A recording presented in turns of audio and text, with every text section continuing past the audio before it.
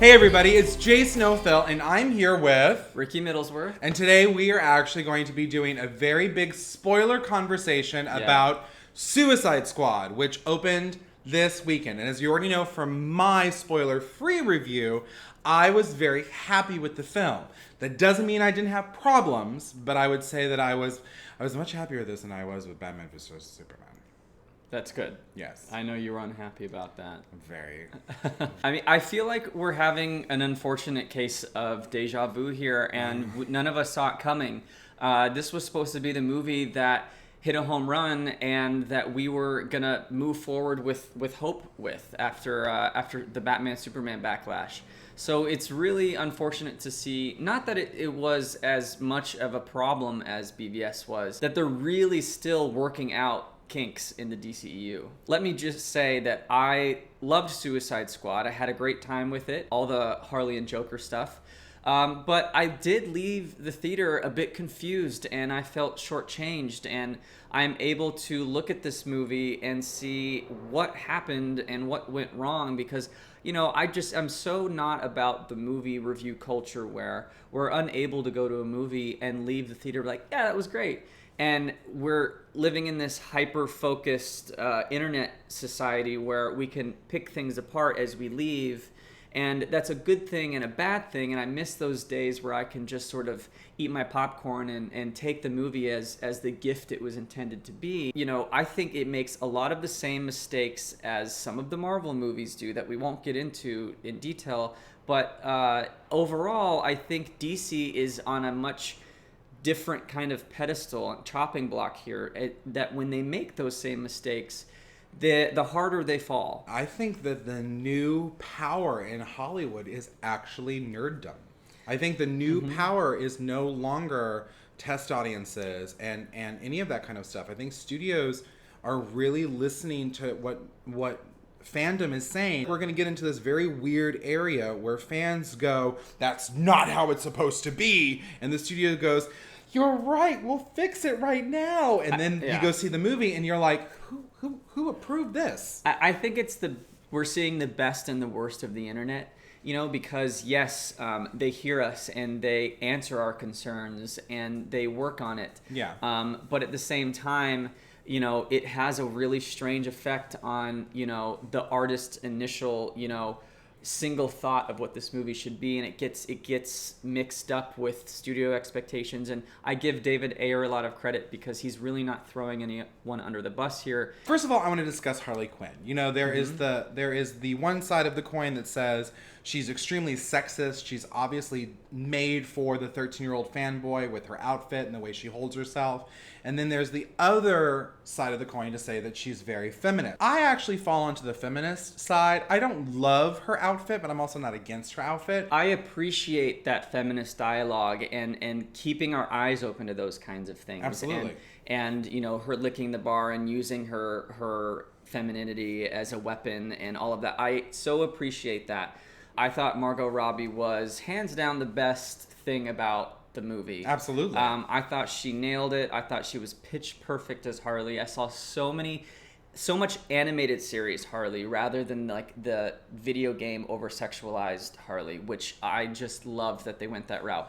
But you know, their defense in those booty shorts and everything is that Harley would want those because they're fun and they're sparkly. And this t-shirt, you know, they could have had her in a lot less clothes. She had a full t-shirt with, you know, 3/4 length sleeve. And, you know, here's the thing. We also have a Joker who has exposed abs half the movie. So, you know, I think they're paying attention. The thing about Harley is that she's psychotic, you know, and she's not supposed to be a role model. Harley Quinn is quintessential Stockholm Syndrome. Oh, yeah. And I don't think they should shy away from that. If anything, they should go full tilt with that. But it's hard. It's a PG-13 film. There's only so much. Yes. I'm going to say that one of the reasons we don't see that sequence that was shot where the Joker beats Harley, I think you have to look at test audiences probably were very uncomfortable watching that happen. To me, that is quintessential Harley and Joker, is their volatile back and forth, and that she is so obsessed and enamored with him, and he just really couldn't care less, and she's sort of there as a symptom to his plans. And,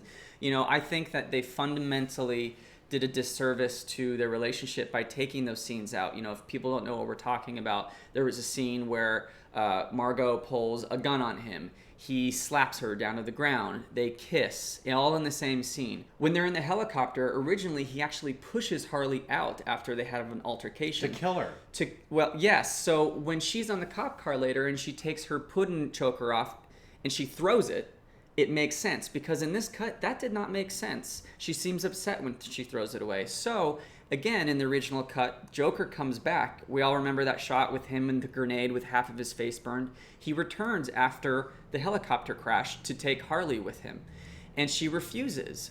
And she chooses to stay with her friends. And to me, that is her arc, and that would have been feminine. The underuse of the Joker. Now, I loved so much about Jared Leto's performance, from the growling to the way he looked to the fact that he felt dangerous. I think one of the things that I noticed or felt happen in this film was, by removing all those scenes from the Joker, Jared Leto looked like he had a half-finished performance. Like, it felt workshopped. Like, we're going to film this workshop scene, and I haven't really committed to it all because they were stripping so much of his ideas away from him. Right. You know, I think as I was watching the movie, it seemed very clear that they changed things, because I was expecting to see things I saw in the trailer that weren't there. I'm like, okay, maybe they reworked their plans for the future films and they needed Harley and Joker to end up together somehow, and that's why they tweaked this. But overall, I think it's really actually unfair for critics to bash Leto's performance. You know, a lot of people are praising Leto's performance, but the ones who are bashing it, I really don't think it's warranted, because we aren't given enough. 15 minutes isn't enough. I so appreciate the way that they interpreted this Joker, and it's so far over here from where Heath came from, in that, you know, I read some early interviews with David Ayer, and that they were inspired by the whole culture of the rich kids of Instagram and how they flaunt their money. They have their cars, they have their jewels, they have their, you know, their lifestyle on social media. And it's, you know, it's him showcasing the evils in that. Yeah. And all of the self-referencing that he's doing, and the way he dresses and the way he tattoos himself. I think it's kind of brilliant the way that they've brought attention to how gross that is. His ego, his bling, I mean, it's over the top, and it's self-referential, and it's funny, and it's gross. Yeah. And I loved that he kind of approached it as this sick, kind of smooth gangster mob boss, you know, from the 40s. You know, I loved that he was basically aesthetically Marilyn Manson. I'm biased because I love Marilyn Manson. You know, but I think at times what people are seeing when they're critiquing him is they're seeing these really loud moments, you know, when he's like hunka hunka and he's like doing all. And to me, those moments maybe weren't earned because, again, not enough screen time. I left wishing, man, they should have had Joker as the main antagonist in this. Absolutely. Jason hasn't seen this, but any of you who haven't seen Assault on Arkham, it's an animated movie. You need to watch Assault on Arkham. It's basically Suicide Squad. Amanda Waller, everyone. Except the Joker, spoiler alert, the Joker ends up being the main threat in the third act. And what they do with the whole storyline, and like it's kind of a swerve in that they have an initial mission, and then the Joker, ends up being what they're after in the end. And the third act is amazing. And I watched it again after watching Suicide Squad, and it works so well. Yeah. And I really wish they would have done that, because at the end of the day, I think they fundamentally misunderstood what the Joker would do in these circumstances. I think he's much more dangerous than just, I want my girlfriend back. The only other person who I feel escaped Suicide Squad as a core character unscathed is El Diablo. And spoiler alert, you freaking kill him in the end. They gave El Diablo a full arc, and I feel like, you know, I don't expect everyone to have I think Ayer liked El Diablo the most. We've just got to acknowledge how much material we saw in those amazing trailers. You know, the marketing of this movie was absolutely like award worthy. But I think it's the best marketing of the year. It was genius. And, you know, you see Katana with her sword and her eyes go black. You see so much of Jared.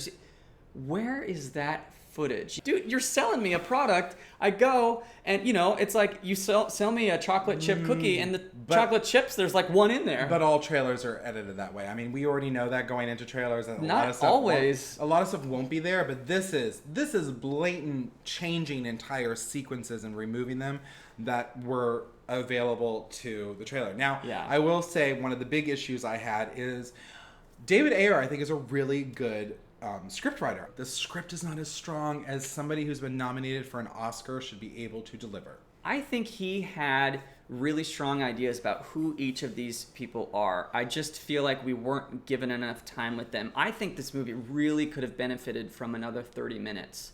It would have fleshed out a lot of holes and issues, like why did Boomerang come back all of a sudden after the bar scene? Because he was out of there and all of a sudden he comes back. Like, I need to know more about him and why he would do those things.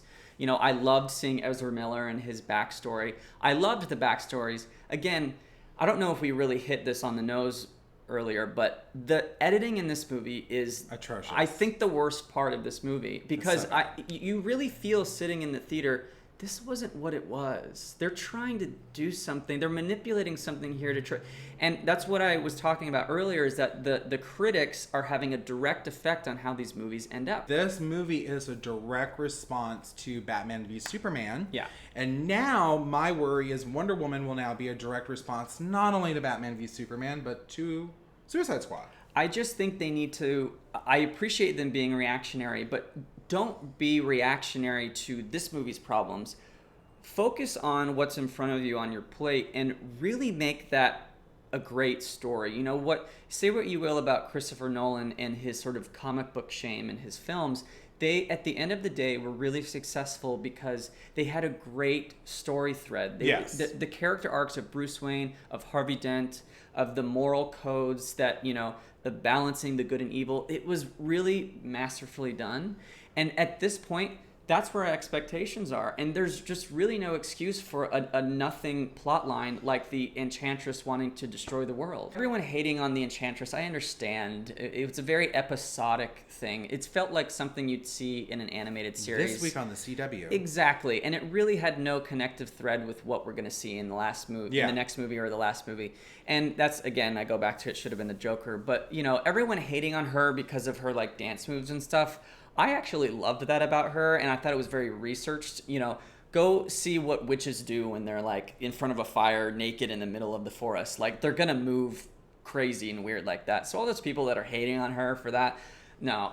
Do I think Cara Delevingne was miscast? Yes. Do I think they needed that character at all? Absolutely not. I feel like DC is on a race because they announced all these movies in such a short period of time that they want to make, and the problem is that horse is already tired. And don't rush someone to write a script in 6 weeks. I loved the movie.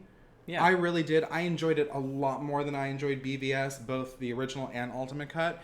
But these movies shouldn't need to be saved by their Ultimate Cuts, which we're not getting with Suicide Squad. They've all come out and said that's not happening. I mean, they've had, if we're kind of, I don't want to call them full strikes here, but they've had kind of 3 strikes here. So it's really dangerous territory right now. And it's like you were saying, the pressure on Wonder Woman, because, you've had 3 very divisive films. That is not good. But, I really hope that they're taking to heart what people are saying. But at the same time, I hope they don't completely change their dark, tone, because that's to me what DC is. You look at Rotten Tomatoes and you see 26%, and we're here talking about all of this stuff, but come on, man, 26%. Have to remember, Batman Returns, very poorly reviewed. Okay, yeah. Batman was a huge... and I love that movie. I do too. At the end of the day, once again, a critic review isn't their opinion on a film. Don't take it to heart. Go create your own opinion. Go create your own viewpoint of that film. My opinion for Suicide Squad, I had a lot of fun. I wasn't bored for 2 hours. And if you don't bore me for 2 hours and you make me enjoy my time in the theater, then guess what? You have completed half your battle. Yeah, I also loved this movie, and, I'm excited to see it again. It's more frustrating watching. I've seen it 3 times. It's more frustrating when I watch it and I hear about all the material that they shot and took out. You know, to me, this is a bookend problem, is that all the stuff they did in between the script and the editing, amazing. Performances, cinematography, directing, all of that stuff. But the script was problem number one, and the editing was problem number two. And, you know, one was because of the other, I think. So, you know, I think WB, take that and really just make sure that you don't take your stew and cook it for too long, because then it's going to get real tender and it's not gonna be good. No. And just make sure that your opinion is thorough and it's not confusing, because this was confusing to me. Yeah. At the end of the day, once again, it's an opinion. Yeah. It's not fact. This isn't science, people. All right. I am Jason O'Phil. You can follow me, as you can see right down here. And this is Ricky Middlesworth, who you should also follow on Instagram, because A, he's a nerd, and B, he's an amazing photographer. I'm just throwing that out into the world. Don't forget, you can always like my Facebook page, which I know I need to update. Or you can follow me, like I said, on Instagram, which is a lot more fun. There's a lot of cat pics. And if you enjoy the videos, subscribe to this channel. I want to say thank you once again. Thanks for having me. For always coming over and being like, let's talk comics. I love this kind of stuff. It's too easy for me. I know. So you should see our text messages are huge. I will see you guys all next time. Have a good day. All my friends are heathens, taking